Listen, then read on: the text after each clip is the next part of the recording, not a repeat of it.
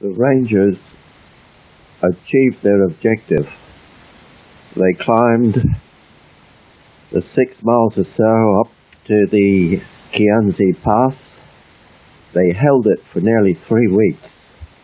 They were bombed and shelled by the Germans for that time, night and day. They had close combat with the Germans over that time, sometimes hand-to-hand fighting. A few of them had suffered from malaria, which they had contracted whilst they were in Sicily. And by the time they were relieved by the Allied forces eventually getting to them, they were utterly exhausted. The Leopold went down towards Salerno, where the other troops were having a hard time, and we took leave of the task force commander and told him that what we'd done and that everything was okay. He released us, so we were able to go on our way.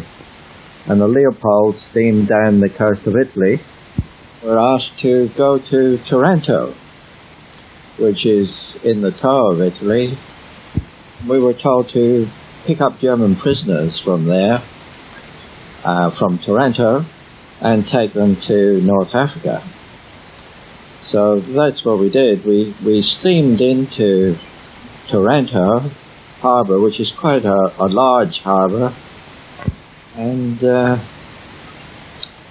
there were quite a few small boats chugging around there, and we could see that they were towing bodies of dead people. Each boat would have a few sort of bodies tied by a rope, and they were towing them to land, I suppose. And we then learned that the British mine layer, the Welshman, had gone in there and I think to do a bit of mine sweeping or something the day before we got there, and it had been blown up. It must have had quite a lot of mines on board, and of course, striking a mine in the harbour, it just disintegrated. So there was quite a large loss of life there. The Welshman and its type were some of the fastest ships in the Royal Navy. They could do 40 knots. To go into there, we had to carry arms, and that was the only time I carried a revolver.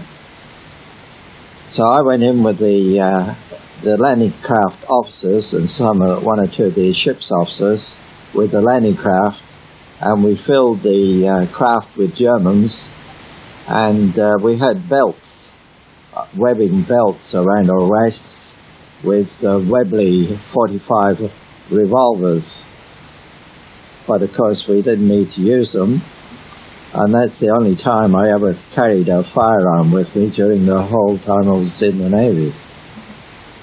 Well, we took the German prisoners to North Africa, and then had permission to go to Gibraltar to get fresh supplies.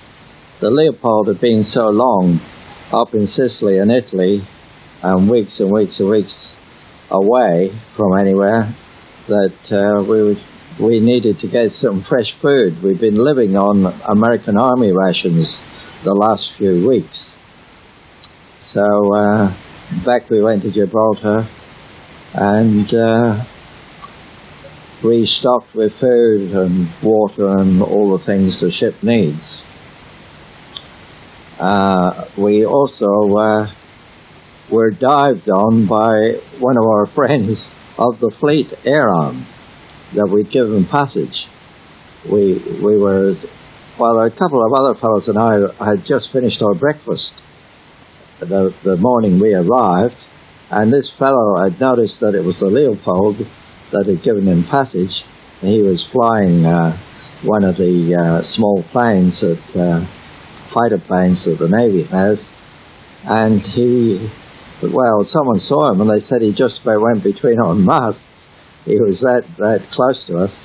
He just came screaming out of the sky, and it was just like when we were on the beach at Taormina.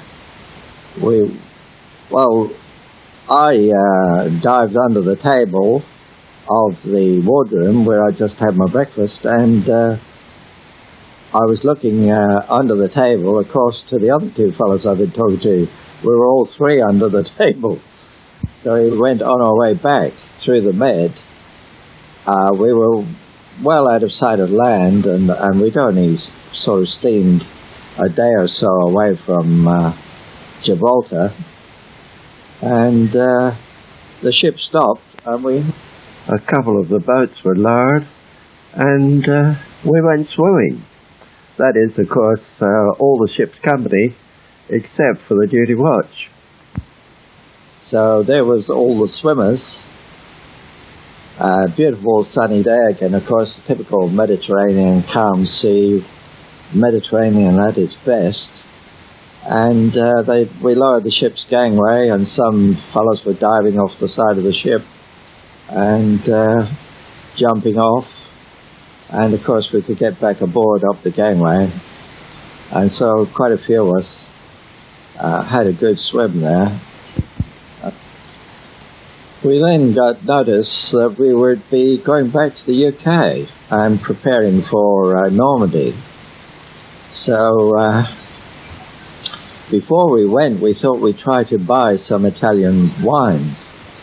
And that culminated in going to a small Italian town and one of the boats going ashore, and we bought quite a large barrel of Italian vermouth. And I suppose the barrel stood something over 4 foot high, so it was quite a big cask. The problem we had was how we were going to divide the vermouth amongst the officers on the ship. And because they'd paid for it, we paid for it between us. And we had to somehow get it into bottles. And we had plenty of empty bottles. So the only thing we could come up with was to roll this barrel into the only bathroom we had. We had showers on the ship, but only one bath. And we gave the bath a good scrub. And then we decanted the vermouth into the bath. And so you can imagine we had quite a bit of fun doing that. We spent quite a bit of time having, filling these bottles from the bath and having a drink along the way.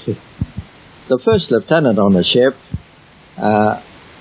decided that the barrel would be quite an interesting thing near the ship's bar in the wardroom to use as a table for drinks. So he had it, varnished and wood stained and painted up quite nicely. And he spent quite a bit of time writing the names of all the operations that the ship had been involved in. There was places like Lofoten Islands raid and Vagsø, another place up in Norway that was raided with the Leopold there before I joined it, and one or two other things. I'm not sure. I think they were either at Dieppe or Saint Nazaire, which were other raids that I wasn't on. The ship did these before I got to it. And then, of course, there was Gela at Sicily and Salerno and, of course, the Tour of Italy. So he was putting these names around the barrel in nice lettering in gold. And the thing that the wardroom used to do, if they were in harbour and they had some of the other ship's officers aboard and had a few drinks, they would get people to walk the barrel. So the barrel would be turned on its side, and this guest would be helped up onto the barrel, and then he'd be trying to walk on the barrel across the wardroom. I think without doubt, the visitors to the ship, practically all of them, got up onto that barrel sometime or other. And of course, most officers in the wardroom from our own ship had a try at it too. A wardroom at these times, when the blokes were letting their hair down and relieving the tension of whatever strains we'd been under, was a very riotous place to be. In walking the barrel, we would rub the names off. The names that the first lieutenant had laboriously lettered onto the barrel to show where the ship had been. We wore them off, so number one wasn't too happy about that. Time and time again, the first lieutenant religiously painted back the names of the Leopold's operations. My fellow officers and I had this one ambition: to get number one up onto that barrel and see him rubbing off the names himself. And before we left the Mediterranean, we had a get-together with quite a few of the other ship's officers on board, and what a night we had. And we had the joy of seeing number one walking the barrel. And we had the captain of the Leopold and the captain of our sister ship, the Prince Charles, rolling on the wardroom floor, wrestling. All in good fun, of course. But they did seem to want to be the one that came out on top. We headed back then to England. We went up through the English Channel to Southampton, and we arrived there in November 1943. And being away so long, we were entitled to leave. I knew Gay was, well on the way. So I wrote to Connie and I said, look, I'm entitled to leave. When shall I take it? Should I be with you now? When's the baby likely to be born? Or should I wait till after the baby's born and be with you then? And Connie wrote back and she said, well, the best thing is to wait until Gay's born, and then we'll get together. Barshaw Hospital in Paisley was where Gay was born on the 1st of December 1943. So I didn't go on the first leave or so that some of the people went from the ship, and eventually I got up to Inverary. By that time, Connie and Gay, a wee baby, had moved to Inverary. So I had to leave there with Connie and the baby. And Connie wasn't too well after Gay was born, so it was a good thing I was there.